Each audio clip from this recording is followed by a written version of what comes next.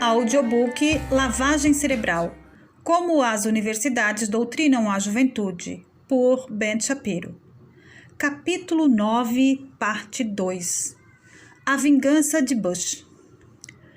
Na busca por retratar George W. Bush como estúpido e mesquinho, muitos professores de esquerda dizem que Bush queria uma guerra no Iraque para vingar-se da tentativa de Saddam Hussein de matar seu pai e acabar com o trabalho que George H.W. Bush havia iniciado em 1991. A própria ideia de que o presidente Bush colocaria o povo americano em perigo e gastaria bilhões para reconstruir o Iraque porque os agentes de Hussein haviam planejado matar seu pai é, no mínimo, do mínimo, absurda. Mas o absurdo nunca parou os professores antes. Abre aspas. É uma simples história de pai para filho. Estou continuando o que o senhor começou, papai. Está orgulhoso de mim? Beck Thompson, professora na Duke College, esclarece a um grupo de protestos anti-guerra composto sobretudo de alunos universitários. Abre aspas.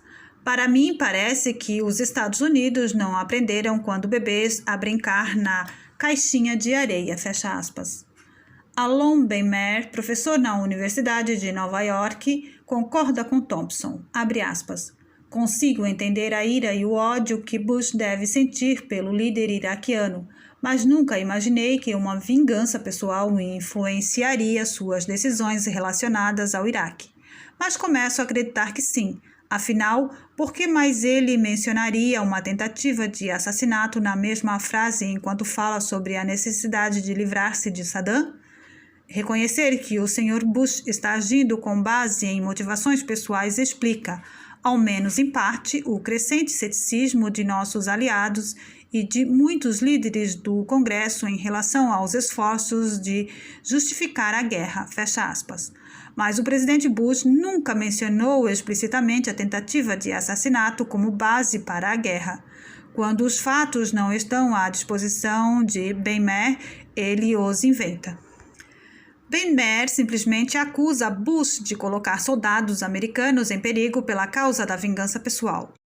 Wal Brecht, professor na Bloomberg University, vai ainda mais longe, acusando o presidente de tentar convencer o povo americano de que, abre aspas, ao menos 24 milhões de iraquianos precisam ser eliminados para que Saddam Hussein seja destruído e que o trabalho incompleto de Bush pai seja vingado, fecha aspas.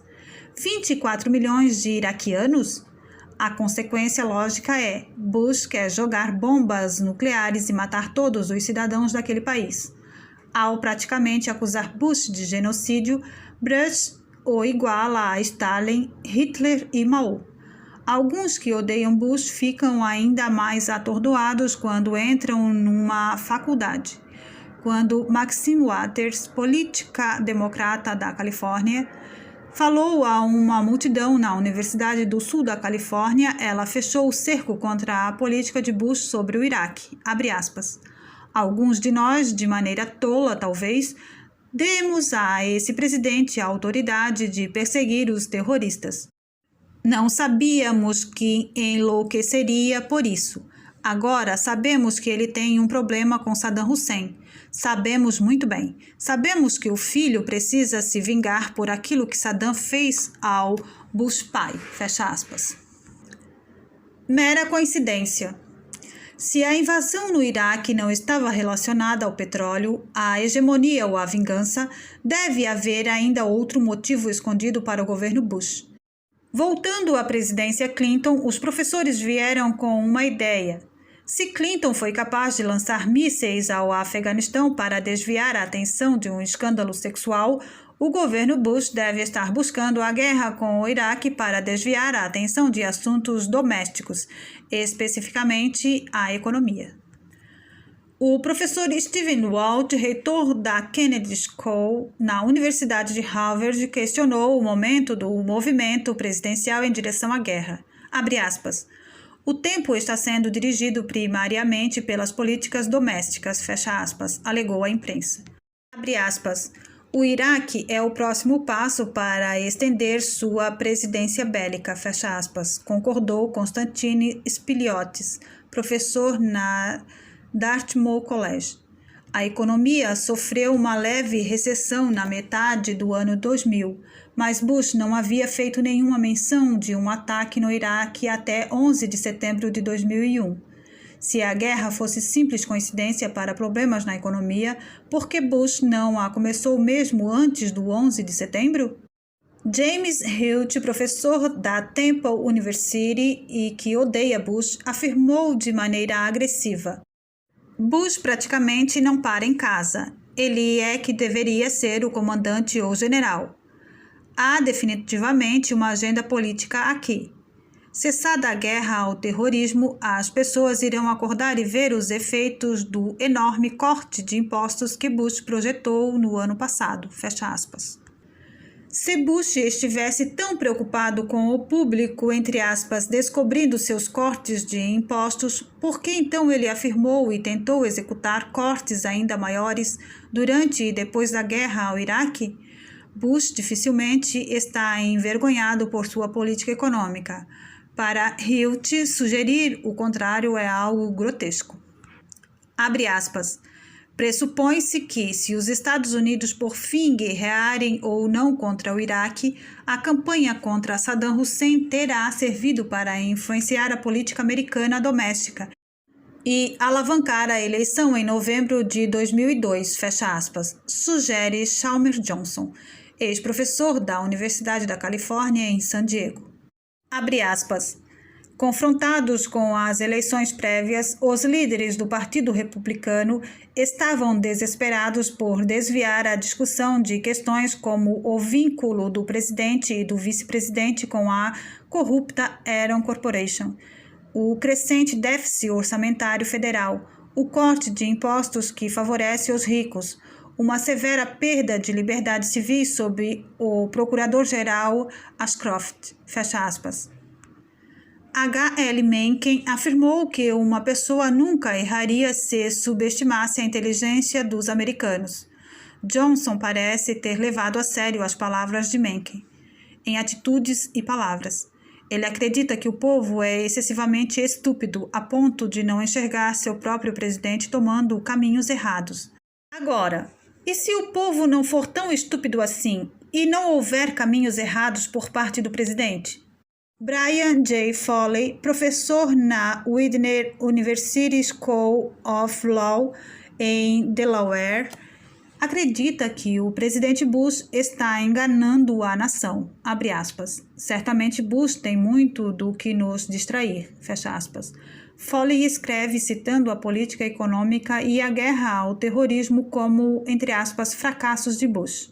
Foley então chega ao cúmulo, acusando Bush de, abre aspas, enorme abuso do poder presidencial, fecha aspas, colocando em perigo nossa segurança nacional, com seus, entre aspas, pensamentos bélicos. Para um homem que acredita que ideias sobre guerra têm o potencial de colocar o povo americano em perigo, Foley percebe quão valioso é o seu pacifismo e quão poderoso é contra os inimigos dos Estados Unidos? Entre aspas, mudança de regime nos Estados Unidos. Em 2 de abril de 2003, John F. Kerry, candidato democrata à presidência, afirmou a uma multidão de democratas em New Hampshire, abre aspas, carecemos agora não só de uma mudança em Saddam Hussein e no Iraque, mas precisamos também de uma transformação no regime dos Estados Unidos, fecha aspas. Naturalmente, o comentário desencadeou uma tempestade de fogos de protestos da direita. Tom DeLay, do Partido Republicano Texas, o líder da maioria do Congresso, denominou a observação política de, entre aspas, desesperada. Danny Asterd, orador do Congresso, acrescentou, abre aspas, não era do que precisávamos nesse momento, fecha aspas. Obviamente, esses professores esquerdistas há muito tempo estão à frente de Kerry. Eles insistem na, entre aspas, mudança do regime americano desde as eleições de 2000. Com a guerra no Iraque, as críticas ao governo Bush atingiram outro patamar. Francis A. Boyle, professor na Universidade de Illinois em Urbana-Champaign, propõe trazer um artigo de impeachment contra o governo Bush. Abre aspas. Nós não queremos um estado policial em nome do império do petróleo, fecha aspas. Boyle explica calmamente. Espero que, nesse caso, Boyle esteja usando o plural de modéstia, porque nem todos nós apoiaríamos o seu desejo de permitir terroristas e assassinos andando em liberdade. Aida Fembo, reitora associada do Conselho e Suporte no Instituto de Tecnologia de Massachusetts, declarou diante de uma multidão eufórica de alunos, professores, funcionários e gestores protestando contra a guerra.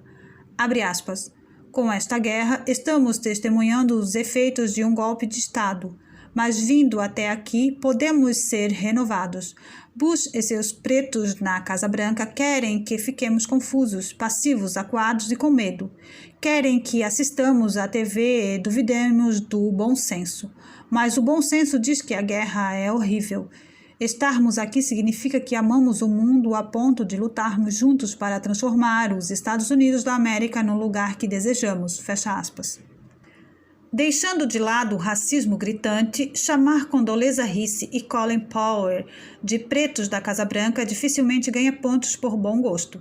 A afirmação é incrivelmente ingênua.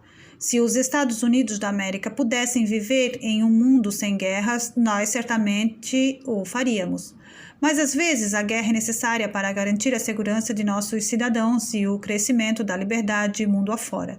Uma realidade que grande número de professores ou não entende ou não aceita. Contudo, de acordo com Jenny Burns, professor na Universidade de Montana, o governo Bush dificilmente é uma força em favor da liberdade. Na verdade, Bush e seus amigos são fascistas. Abre aspas. Nunca pense que os Estados Unidos estão livres da tirania, fecha aspas, alertou uma multidão contrária à guerra, composta principalmente de alunos. Abre aspas, que ouçam a voz de todos vocês, fecha aspas. Wythe Ord Jr., professor na Faculdade de Direito da Universidade do Alabama, concorda completamente. Ele afirmou que o principal motivo para posicionar-se contra a guerra é o fato de que a liberdade americana seria, entre aspas, pisoteada pela própria guerra. Abre aspas. Não só nós opomos a guerra, mas nos opomos a nos fecharmos, fecha aspas. Old afirma, abre aspas, é preciso ser corajoso para dizer coisas assim hoje em dia, fecha aspas.